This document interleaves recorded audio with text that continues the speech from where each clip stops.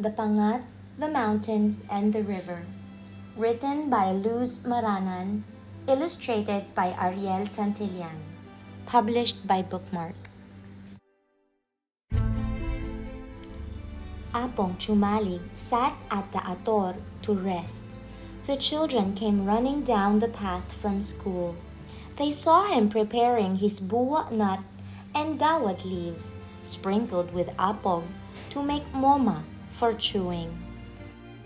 Apong, tell us a story again. Please finish what you started. Tell us now, Apong. Wanay implored the old man. The children gathered around him.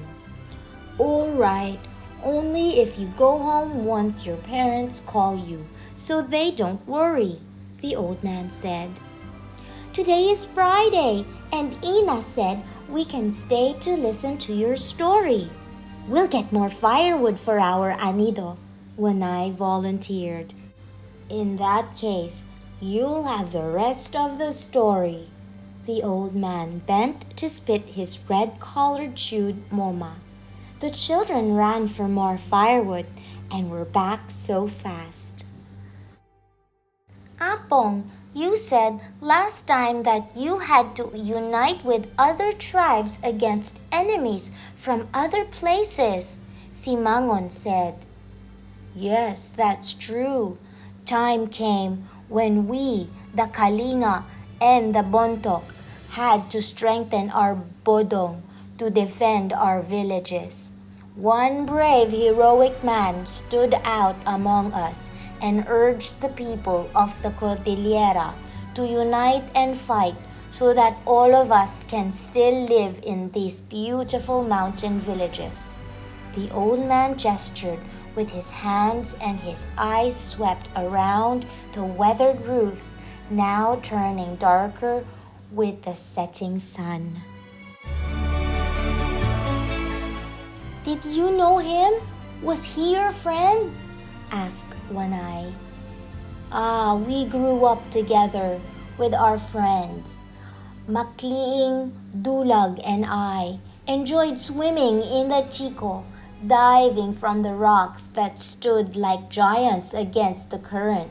We explored the forests where our fathers hunted deer and wild boar, the old man recounted. We fed the pigs and the chicken. We went to the payao to drive away the birds that would eat the pagay that was golden, heavy, and ready for harvest. The days we couldn't play, Makliing went with his siblings and mother to the Uma to harvest sweet potatoes, or he tagged along to gather red or white beans. Did you help each other with your schoolwork? Asked Simay. We didn't go to school as there was none in the village. Our parents and Apong taught us about our land and our ancestors through chants and stories, the old man replied. So how did Apo Makliig become a great man and hero if he didn't go to school? Simangon challenged the old man.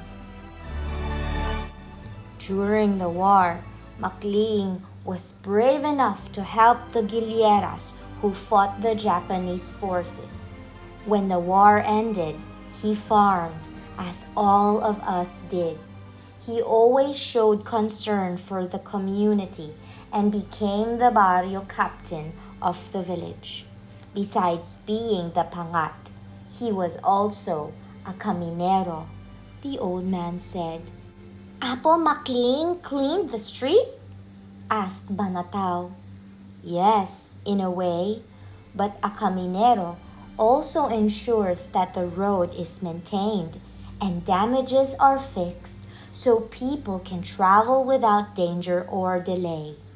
So he became a hero because he fixed the road? Simangon impishly asked. In the mid-1970s, government officials in faraway Manila planned to build giant dams here along our river to give electricity to factories in the lowlands.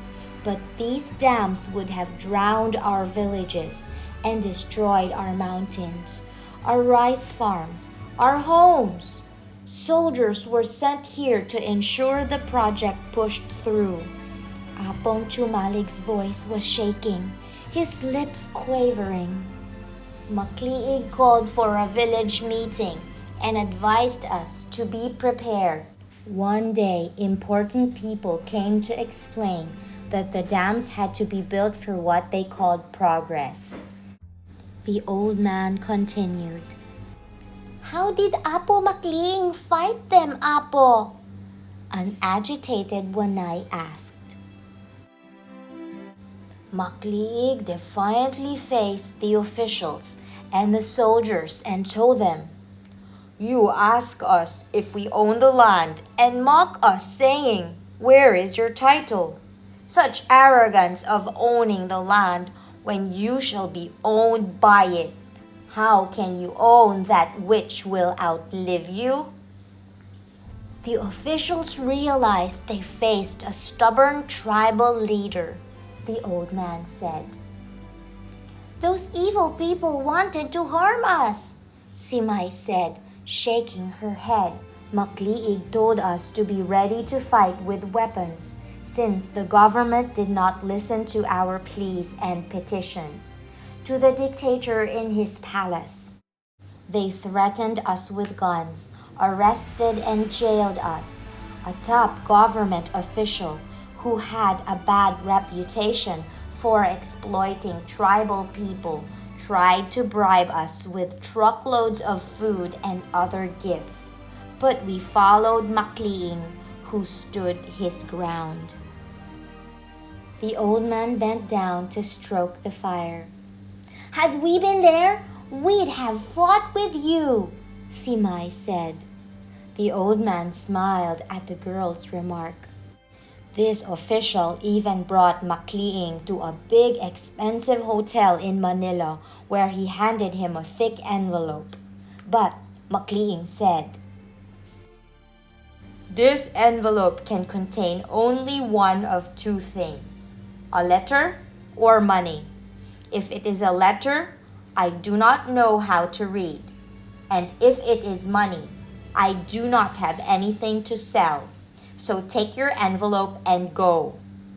The children applauded Makliig's defiance. That only made the dictator's men angrier. One night, while Makliig slept, soldiers gathered around his house and fired their guns. My friend, our leader, Makliig, died instantly. Apong Chumalig narrated, his voice breaking. Devils! Shouted Wanay. After his death, we became even braver in facing the dam planners. Many of us, yes, including your parents, took up arms and joined the new warriors of the Cordillera to defend our villages.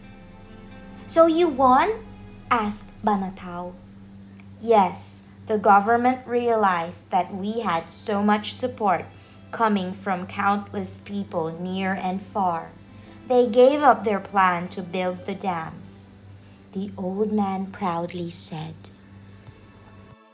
Now you see why the bravery and leadership of one man can make him not only a barrio captain, but a real Pangat of his tribe and a real hero of his people.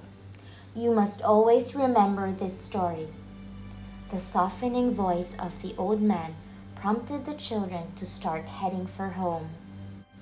Apong, we'll tell our Amma and Ina what you told us tonight, so they'll remember too, Wanay said, the others nodding in agreement. Oh, they haven't forgotten. They'll be telling your own children about the Pangat, the mountains, and the river. Now off you go, all of you.